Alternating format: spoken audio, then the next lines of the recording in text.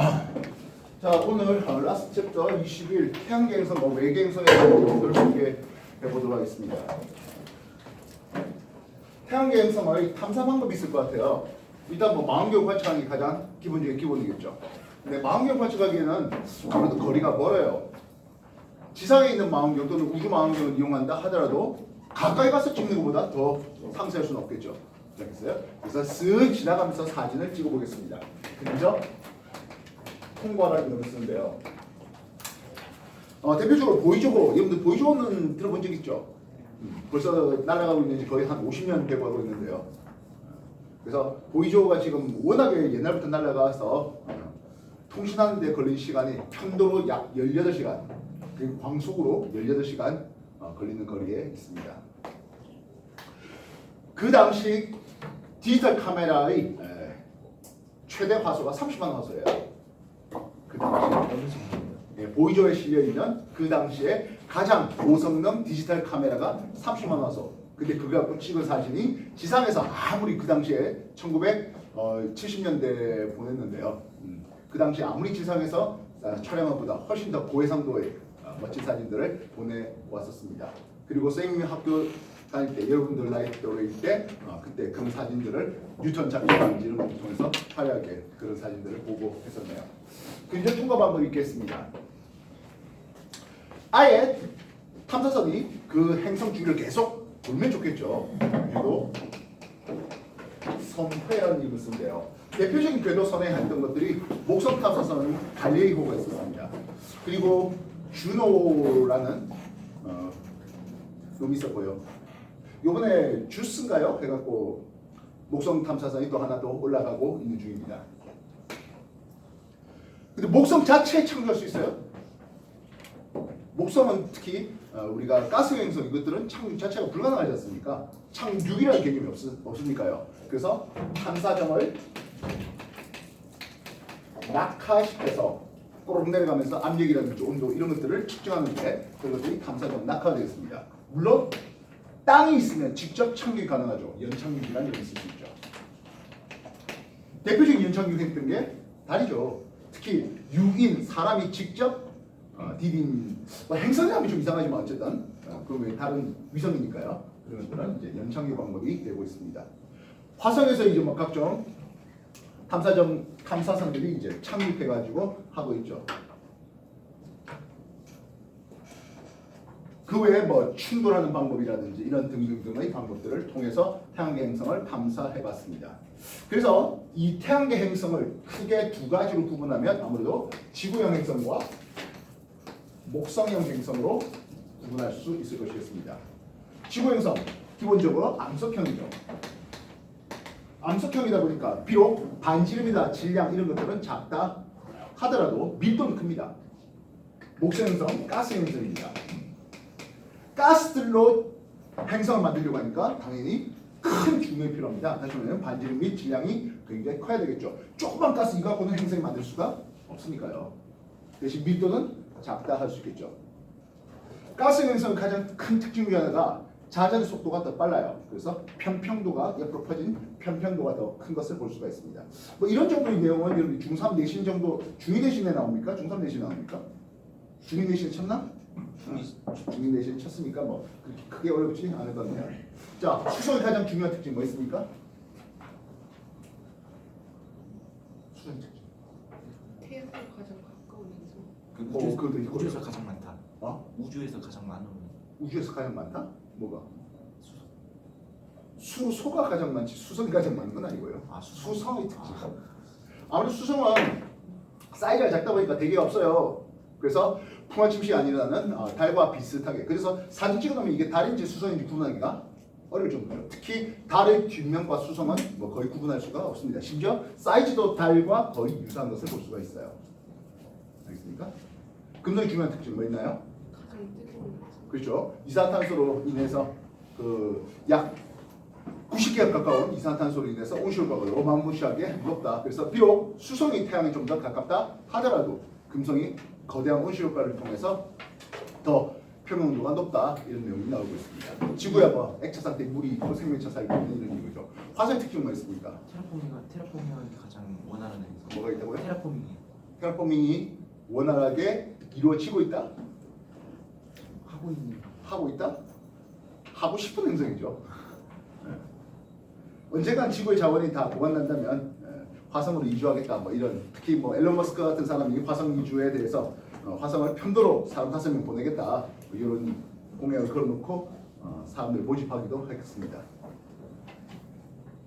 뭐 화성 가장 특징하면 아무래도 산화철이 붉은 그리고 이제 극관 그리고 자전축이 약 25도 기울어져 가지고 계절이 변화있다. 뭐 이런 정도가 화성의 가장 중요한 특징이 될 것 같습니다. 목성의 가장 중요한 특징이 뭐 있습니까? 가장 큰 행성. 가장 크고 대적점 및 가로줄무늬 이런 것들 하면 되겠죠. 토성은요? 고리. 예, 가장 화려한 고리가 있습니다. 목성 행성은 일단 기본적으로 다 고리가 있어요. 목성도 있어요. 다만 목성 같은 경우는 제대로 보이지 않을 뿐이죠. 가장 화려한 고리 그리고 가장 작은 밀도 이런 게 이제 토성의 특징 얘기할 수 있습니다. 천왕성 어떤 특징이 있을까요? 우리 거꾸로. 자전축이 98도 기울어졌어요. 82도를 하지 않고 98도로 해야 하는 이유가 뭘까요? 금성의 자전축의 기울기는 172도 기울어졌습니다. 178도인가? 어쨌든 172도 기울어졌습니다. 8도 기울어졌다는 게 아니라 172도 했던 이유는 뭘까요? 그렇죠. 모든 행성의 공전 방향은 반시 방향입니다. 대부분의 행성의 자전 방향이 반시 방향인데요. 시계 방향 좌전하는 놈이 두 놈 있어요. 누구? 금성. 금성과 천왕성. 천왕성이에요. 그래서 그 자전의 방향을 시계 방향으로 기준해가지고 98도 돈다 이런 식으로 얘기하는 거예요. 있어요? 천왕성의 가장 큰 특징, 거의 누워서 자전하면서 공전하는 특징을 볼 수 있습니다. 해왕성의 중요한 특징 뭐 있습니까? 가장 마지막 행성. 뭐 물론 뭐 그러긴 하겠죠. 거기도 참. 대흑점이라는 굉장히 대기의 소용돌이를 볼 수가 있습니다. 그보다 더 마지막 행성의 지위를 한번 누렸던 지금은 외소 행성으로 각화시켰던 놈이 있죠. 누구요? 명성. 명성입니다. 행성의 조건으로서 뭐 충분한 중요를 가져서 구형을 유지해야 되겠고, 특히 또 공전 궤도상에서 지배적인 지향체가 되어야 한다 했는데 명왕성 그러질 못했습니다. 그래서 다행스럽게도 명왕성이 2005년인가 뭐 그때 하면서 이제 행성에서 빼버렸거든요. 행성의 지위로 빼버리고 외소 행성을 했거든요. 그래서 굉장히 가르치는 입장에서 편해졌습니다. 왜 그럴까요? 우리가 수금주와 암석행성, 목토천에 가스형 행성 있잖아요. 그러니까 명왕성을 만약에 이 둘에 넣으면 어디 넣어야 될까요? 지구형이죠. 그나마 지구에 조금 더 가까운데 보통 지구 행성의 밀도는 평균 밀도가 대략 한 5 정도 됩니다. 지구는 평균 밀도 5.5 쓰고 있는데요. 명왕성의 밀도를 계산해보면 결과 3 정도 나와요. 그래서 암석, 얼음 이런 게 섞여 있는 정도 수준. 그래서 어떤 학자들은 이게 명왕성이 거대한 혜성이지 않냐 그렇게 생각하는 사람들도 있습니다. 혜성, 뭐 얼음 돼 있어갖고 먼지 이런 것들이 있어가지고 태양풍이 이제 꼬리를 내는 그런 놈들이 얘기하고 있습니다. 그래서 다른 태양계의 소천체로서 아까 말했던 외소행성, 소행성, 뭐 유성체, 뭐 그리고 명왕성 더 너머에 있는 뭐 카이프벨트라든지 오르트루 뭐 이런 것들이 태양계 행성의 태양계의 가족이다. 이렇게 해서 소개되는 내용인데요. 페이지 228쪽부터 231쪽까지. 자, 이거는 뭐 거의 그냥 익혀 놓으시고 외워 놓으셔야 될 것 같습니다. 별거 없는 내용이고 이미 여러분이 중학교 2학년 내신 치면서 어느 정도 공부량이 했던 내용이라 봅니다. 알겠습니까? 자, 5분 드릴게요. 빨리 읽어보십시오. 오늘 더 중요한 건 이제 외계 행성에 대한 내용이 오늘 수업의 중요 포인트입니다. 일단 태양계 행성에 대한 특징들 몇몇 가지 빨리 읽어보십시오. 네 페이지에 걸칩니다. 5분 내겠습니다.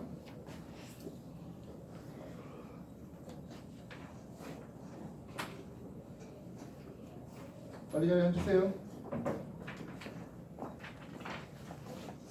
231쪽까지 빠르게 한번 읽어보세요.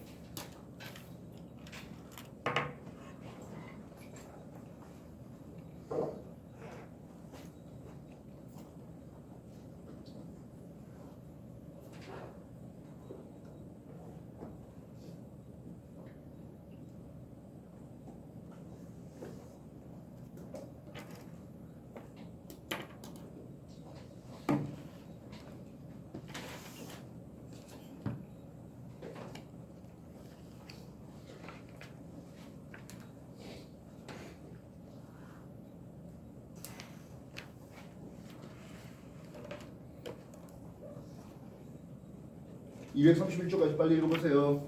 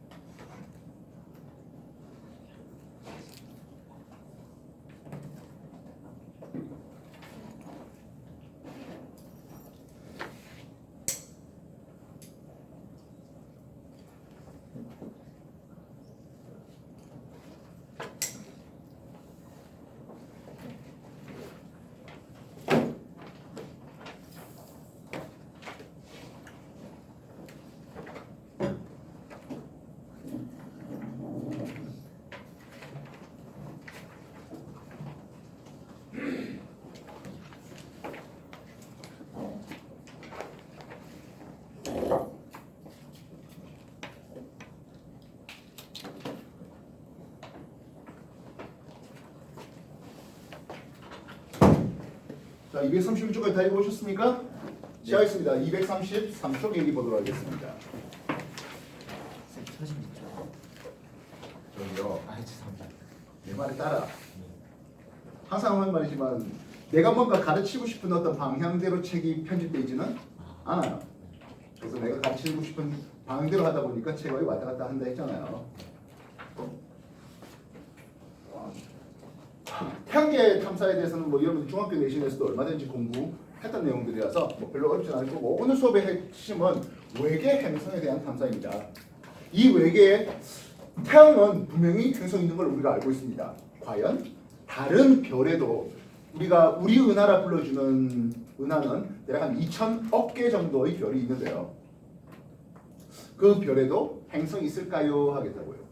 문제는 행성은 광원입니까? 아니죠.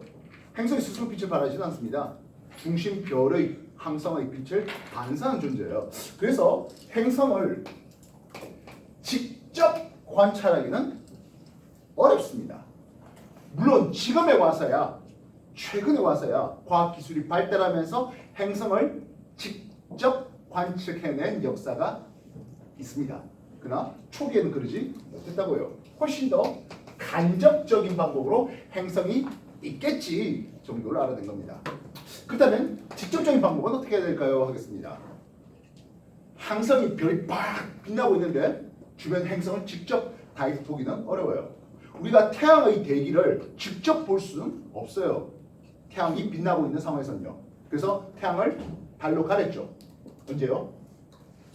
대기일식일 때요. 그때 태양의 대기를 우리가 직접 볼 수가 있습니다. 문제는 이게 항상 일어나는 일은 아니잖아요. 그치?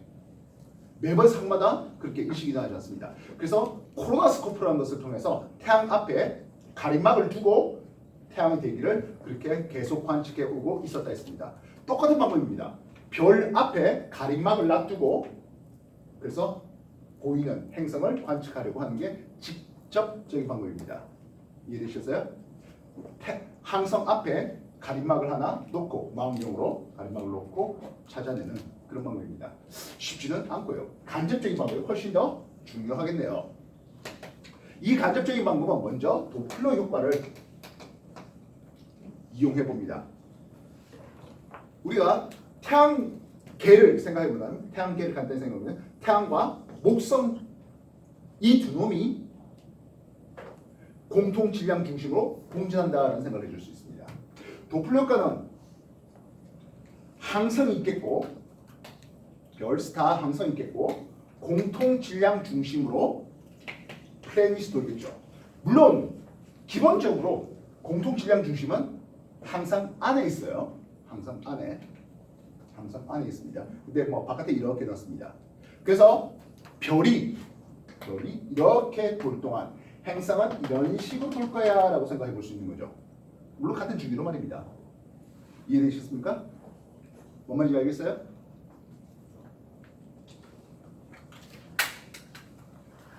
뭐 이쪽에 공통 질량 중심이 있고 이런 식으로 돌겠다는 거예요. 그래서 관측하는 입장에서는 하겠습니다. 별이 이쪽으로 올 때에는 T1 시점 할까요? 별이 이쪽으로 올 때는 별이 다가오네요.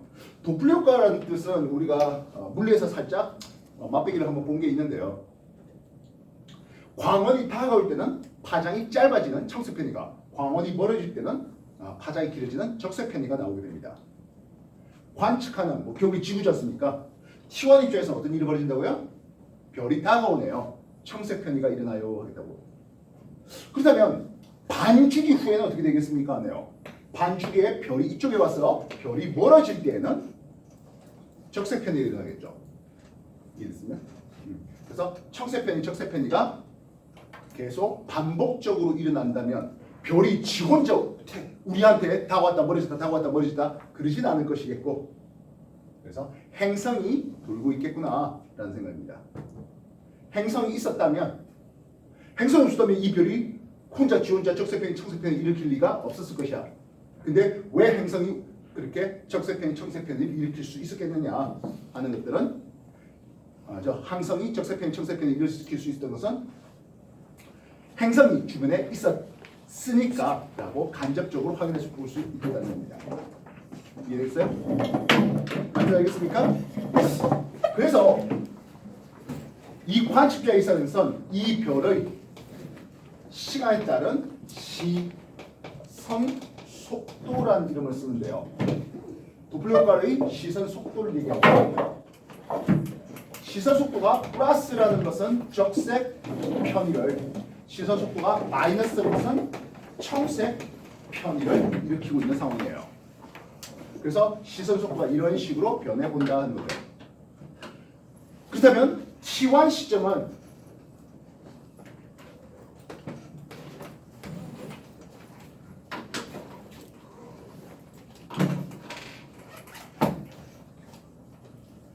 제대로 썼나? T1 시점은 언제일까요?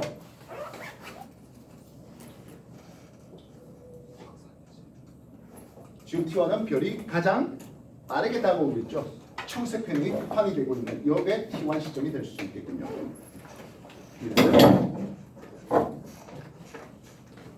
맞다겠습니까?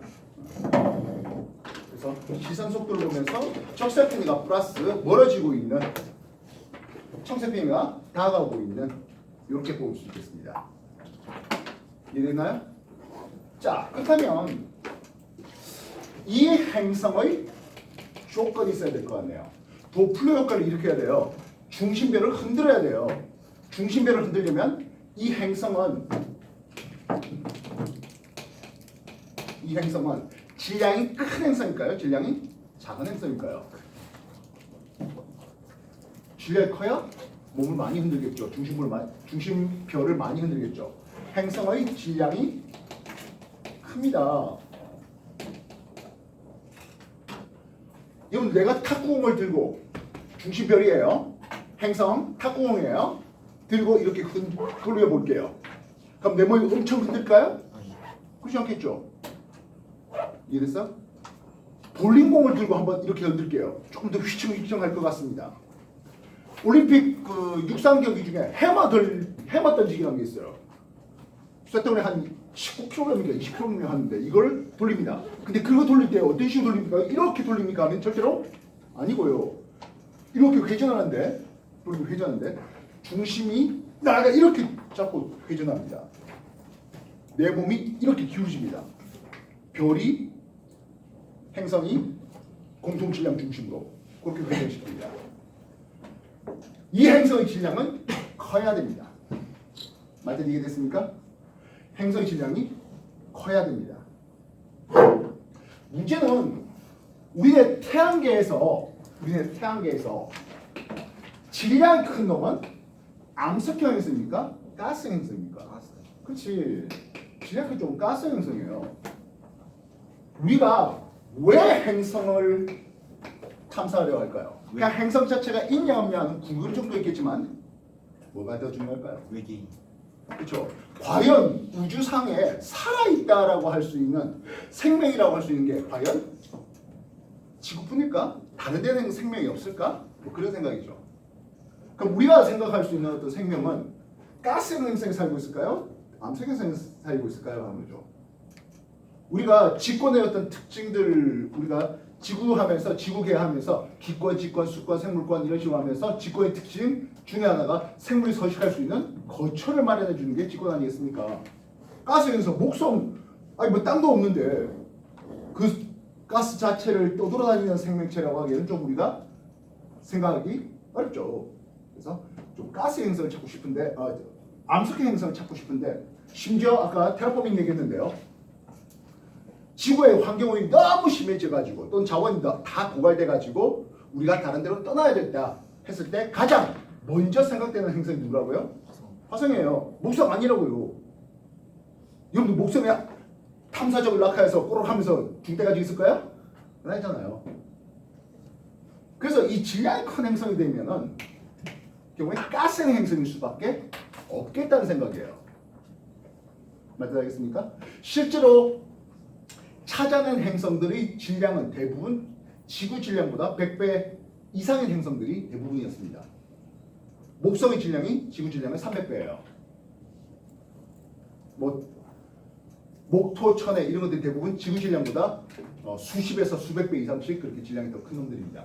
아마도 가스형 행성일 수 있지 않겠냐 하는 생각이죠. 또 하나 이게 적색표현, 청색표현이라는데 200년 걸린대. 이런 거 우리가 알 수 있겠습니까? 그렇지 않겠죠. 공전 이 행성의 조건으로는 추가적으로 공전 주기가 상대적으로 짧아야 되겠습니다. 근데 공전 주기가 짧겠다는 것은 기본적으로 별에 가까이 돌아야 공전 주기가 짧겠죠. 이해했어요?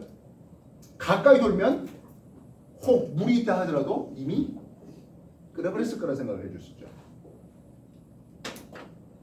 그래서 도플러 효과로서는 분명히 한계가 있었다 하겠습니다. 두 번째 방법입니다. 식현상을 이용해 봅시다 하겠어요. 예전에 여러분한테 금성식에 대해서 소개해 본 적이 있었습니다. 기억날까요? 식은 일식과 월식 말고도 금성식이 있어요. 태양 앞에 금성이 쓱 지나가는 금성의 내합면통과 내합일 때 금성이 태양 앞을 지나갈 때 태양의 광도를 살짝 낮춥니다. 물론 금성식이 일어났다 해서 하늘 오씨 오히려 어두워 이런 느낌이 전혀 없어요. 금성식이 일어났다 하더라도 즉 금성의 내합면통과 보통 한 8시간 정도 진행되는데요. 그동안의 빛이 밝기는 채 0.01%도 어두워지진 않습니다. 그런데 이걸 이용하면 식현상을 이용하면 금성이 앞을 쓱 지나가는 이런 것들처럼 별 앞에 행성이 쓱 지나가는 그런 상황을 본다면 별의 광도가 슬쩍 이렇게 낮아지게 되는데요. 별의 광도가 낮아지게 되는데요. 물론 이게 엄청나게 어두워지는 그런 거 아니에요.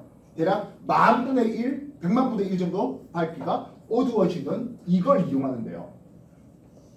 별 앞에 행성이 쓱 지나가는 요 과정입니다. 맞죠? 이해됐습니까? 그래서 광도의 변화를 통해서 확인해 볼까 하겠습니다. 이게 장점이 있어요. 어떤 장점이 있을 것 같아요? 암석형 찾아냈습니다. 실제로도 이걸 식현상을 통해서는 암석형 행성을 찾는 것보다 가스 행성을 찾는 게 훨씬 더 자주 일어납니다. 혹 별 앞에 행성이 지나갈 때 별의 빛과 행성의 대기를 통과한 빛의 차이는 뭐겠습니까? 행성의 대기에 대한 정보를 알 수 있는 거죠. 물의 흡수선들이 나온다고? 수신 개가 있겠네. 산소의 흡수선이 나온다고? 산소라는 건 O2라는 것은 워낙 반성이 커가지고 O2 분자가 있기는 쉽지는 않을 텐데 O2 분자의 흡수선이 나온다고 한다면 그 뒤에 광합성 생명체 있지 않을까? 언젠가는 우리가 그쪽 가서 우리가 이제 외계인 침공 이렇게 할 수 있지 않을까 하는 생각이죠. 단 이 식현상을 택한 조건 역시 이것과 크게 다르지 않았는데요. 이 별 앞을 지나가잖아요. 그지? 그래서 이 조건은 굉장히 까다로운 조건입니다. 어떤 조건입니까 하면 우리가 관측하는 시선 방향과 행성의 공정 궤도면이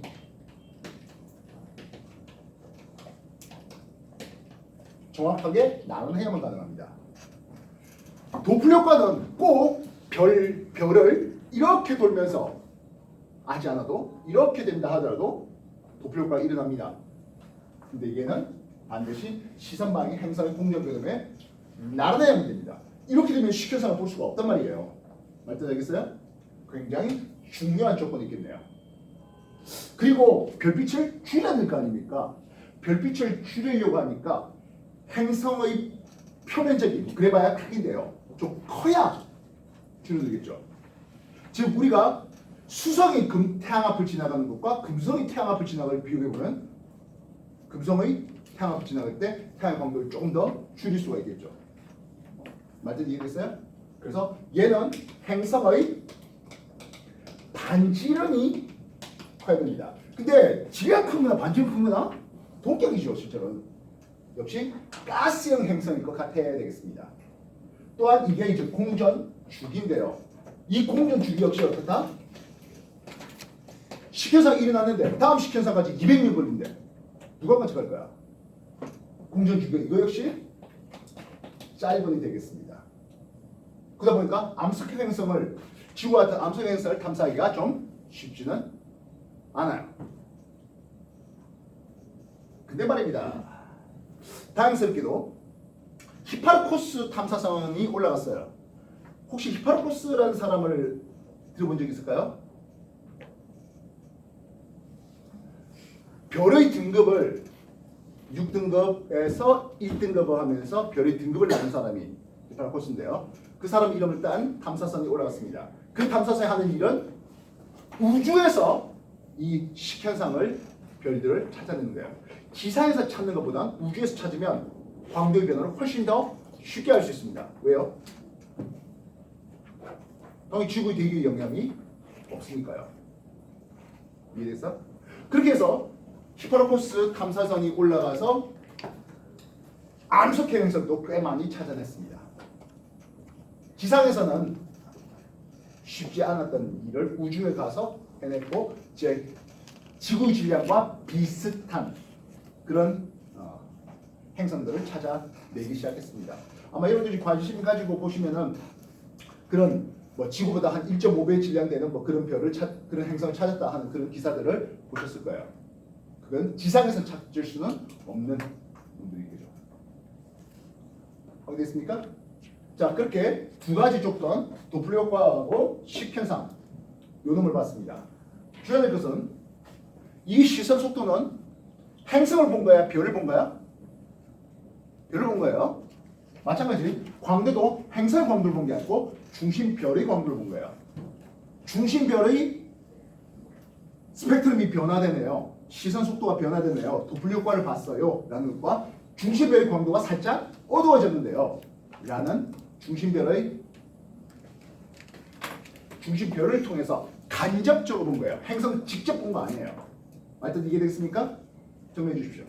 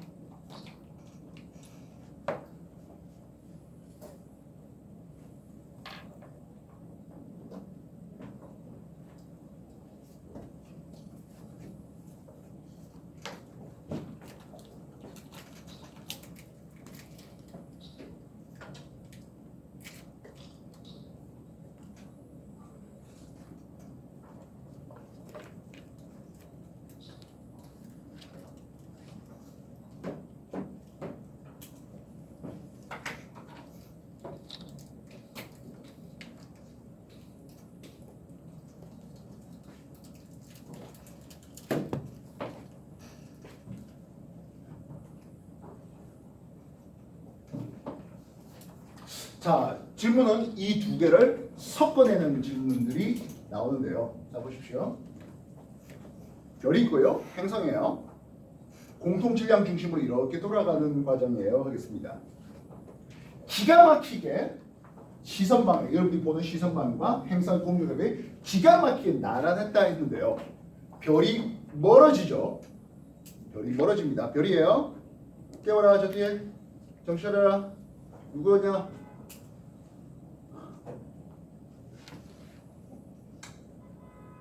자, 잘 보세요. 별이 멀어졌다가 여러분한테 다가오고 멀어지고 다가오고 적세편이 청세편이에요. 중요한 거예요. 적세편 이후에 4분의 1주기 후에는 행성이 별 앞을 가립니다. 이해되겠습니까? 적세편 이후에 4분의 1주기 후에 식현상이 일어납니다.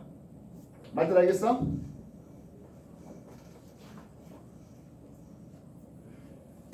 식현상이 일어나는 것은 적세편이 이후에 4분의 1주기 후에 식현상이 일어납니다. 적세편이 이후에 식현상이 일어납니다. 그러면 식현상 이후에 4분의 1주기에는 별이 다가오는 청세편이 일어납니다. 둘 중에 어떤 걸 외워도 상관없겠죠. 식현상 이후에 4분의 1주기에 청세편이 또는 적세편의 최대값 이후에 4분의 1주 후에 식현상. 맞은 이해됐습니까? 되겠나?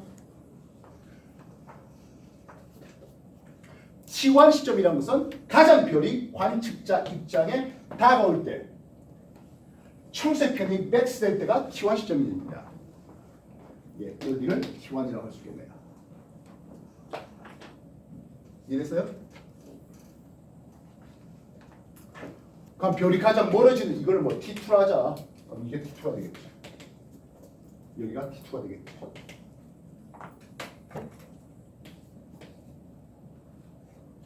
맞은 이해됐습니까? 그래서 이 두 가지를 섞어서 시험 내는 게 가장 일반적인 패턴이에요. 그래봐야 하나밖에 없습니다. 청세편 이후에 4분의 1주기엔 식현상. 그 하나밖에 없어요.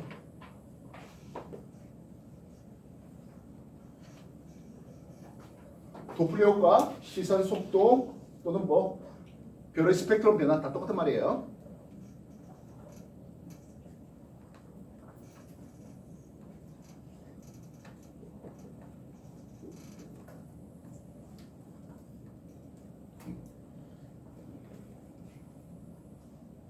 그리고 가장 중요한 것 중에 하나가 지금까지 다들 뭐다? 별을 보는데 중심별을 본 거예요. 중심별. 행성이 있을 것 같다라는 생각을 가진 중심별을 본 거예요.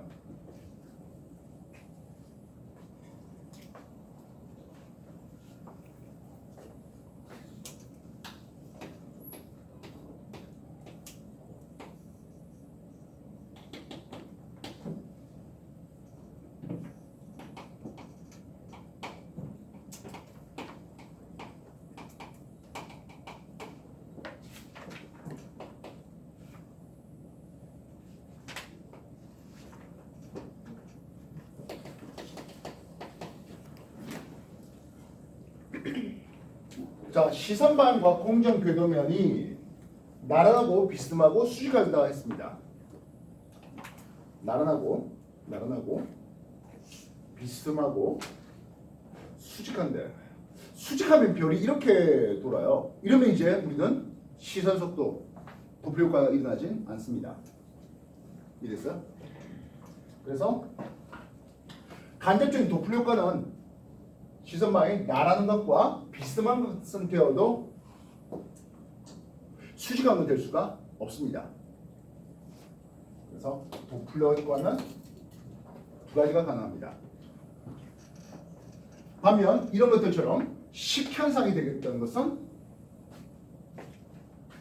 얘만 가능하죠. 나란 때만 가능합니다. 말들 이해됐습니까? 세 번째 방법이 하나 더 있네요. 세 번째 방법은 중력 렌즈 현상을 이용하는데요.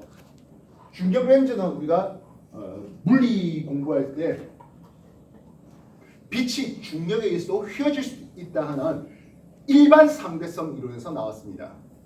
안타깝게도 우리가 쇠페이지를 공부하면서 일반 상대성 이론은 그렇게 많이 소개되지를 못했어요. 중력에서 빛이 휘어질 수 있다. 일반 상대성 이론에 나온 겁니다. 근데 보통 일반적으로 우리가 중력 렌즈 하면은 큰 은하와 같은 거대 질량체를 관심 있어 합니다.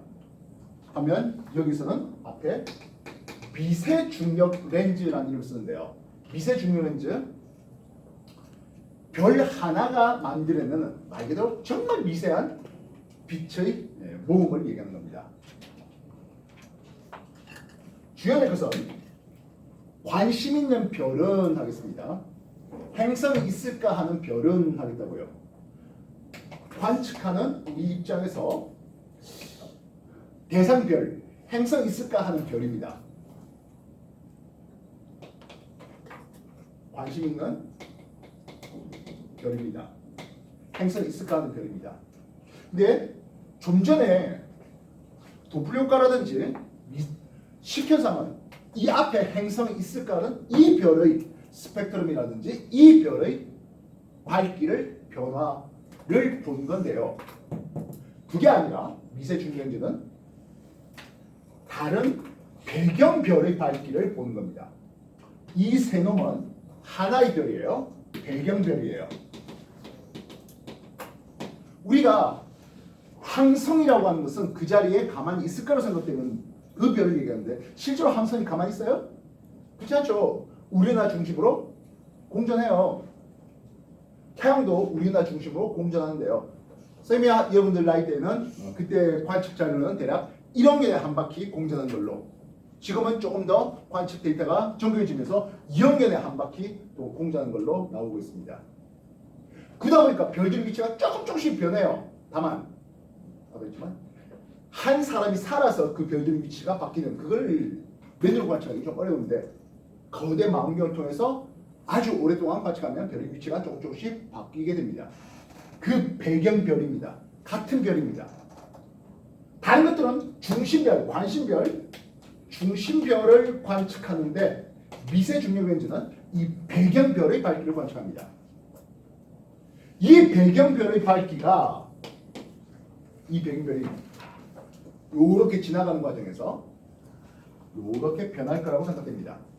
중심별에 행성이 없으면, 다시 말하면 시선방이 나란했을 때 T 저렇게 쓰니까 좀 근데 T2 이거하고 좀 다른 T1, T2 T입니다. T1, T2, T3 배경별의 밝기가 T2일 때 가장 밝을 거야 하겠다고요. 이해됐어요? 이거는 관심별, 중심별의 행성이 없을 때의 그림이에요. 근데 만약 여기에 뭐가 돈다면? 행성이 돈다면 하겠습니다. 이 행성도 미세하지만 중력 렌즈 현상을 보일 수 있었기 때문에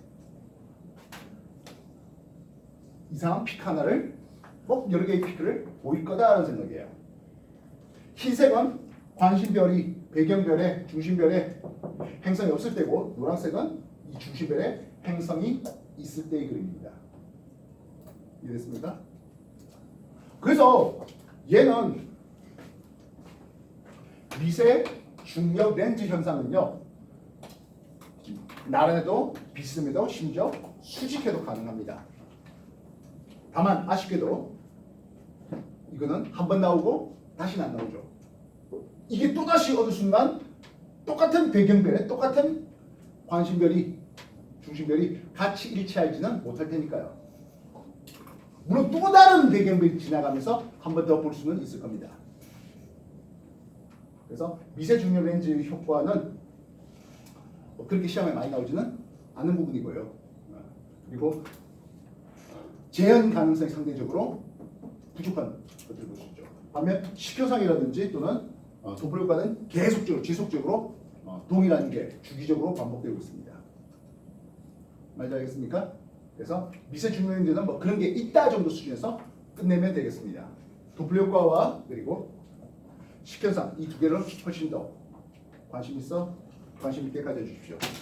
233쪽이었습니다. 간접적인 방법으로 W 효과와 식현상 그리고 미세 중력인지 현상에 대해서 체크를 해봤습니다. 정리해 주십시오.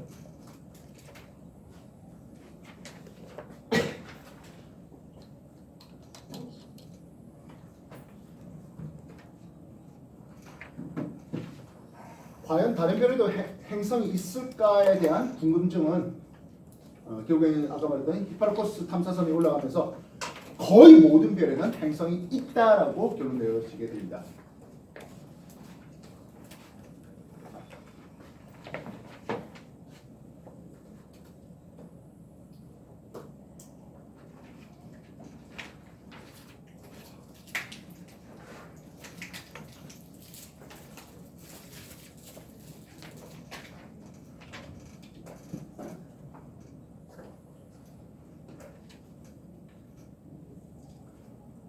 (233쪽) 정리하십시오.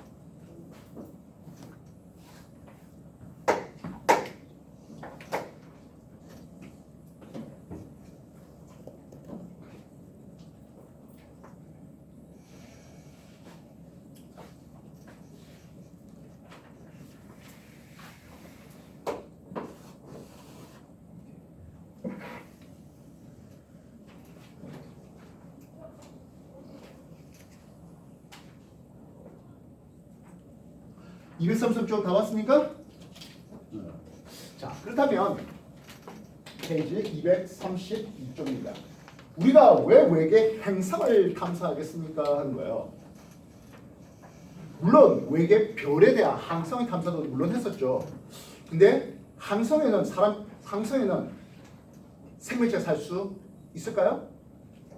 우리가 생각할 수 있는 생명체, 탄소 베이스로 하는 유기물로 이루어진 생명체, 이거는 별이라는 항성에 무슨 당연히 살 수가 없습니다. 별이라고 하는 것은요, 핵 융합을 통해서 빛 에너지를 방출하는 그런 천체인데요. 별은 우리가 관측 가능한 가장 어두운 별은 표면 온도가 약 3000도 됩니다. 당연히 중심의 온도는 1000만 도씨 이상 됩니다. 이런 것에서 유기물이 존재할 수는 없고요. 행성에 생명체가 있을 거라고 보는 거죠. 그래서 일단 행성이 있는지를 찾아봤고 그 행성에는 이제 과연 생명체가 있을 수 있을까 하는 거예요. 생명체가 있을 수 있을까? 언젠가는 인류가 이주할 수 있을까? 뭐 그런 관점이죠. 옛날 은하철도 99 만화부터 시작해서 지금 뭐 에일리언 시리즈라든지 뭐 이런 것들 통해서 외계 생명체에 대한 뭐 얘기들은 굉장히 많이 다양하게 뭐 SF 영화화되고 있습니다. 일단 생명의 정의가 필요할 것 같아요. 뭐 여러분들이 생명과학을 공부하면서 많이 공부해봤겠죠. 생명의 정의 어떻게 되고 있습니까? 생명은 무엇입니까?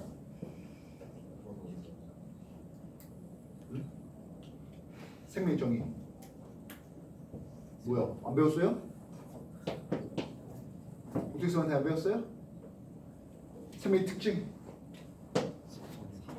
살아있다? 일단 세포로 구성되어 있어야 될 것이겠고 살아가기 위한 여러 가지 일련의 에너지를 얻기 위한 또는 필요한 물질을 만들기 위한 물질 대사를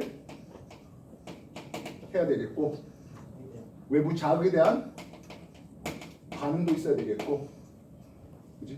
항상성 조절도 해야 되겠고, 또 자라야 되겠죠. 발생과 생장도 해야 되겠고, 자연스럽게 살다가 죽을 게 아니라 다음 세대를 만들어가야 되겠네요. 유전을 통해서 생식과 유전도 해야 되겠고, 또한 환경이 점점점 건조해진다, 더워진다, 추워진다 이런 거에 맞춰서 조금 진화도 해야 되는 것들을 우리는 생명의 특징으로 보고 있습니다. 이해했습니까? 근데 이것들에 대해서 관통하는 가장 중요한 물질이 하나 있을 것 같아요. 뭐지? 세포 주성분은 대부분 물입니다. 물질에서는 일반적으로 물 안에서 수용액에서 엄밀히 말하면 뭐 콜로이드라는데 수용액 안에서 일련의 물질에서 화학 반응이 일어납니다. 우리 몸이 체온 조절에도 제일 중요한 것들이 이제 물이었죠. 기화율이 크다든지 비열이 크다든지 이런 것들 말입니다.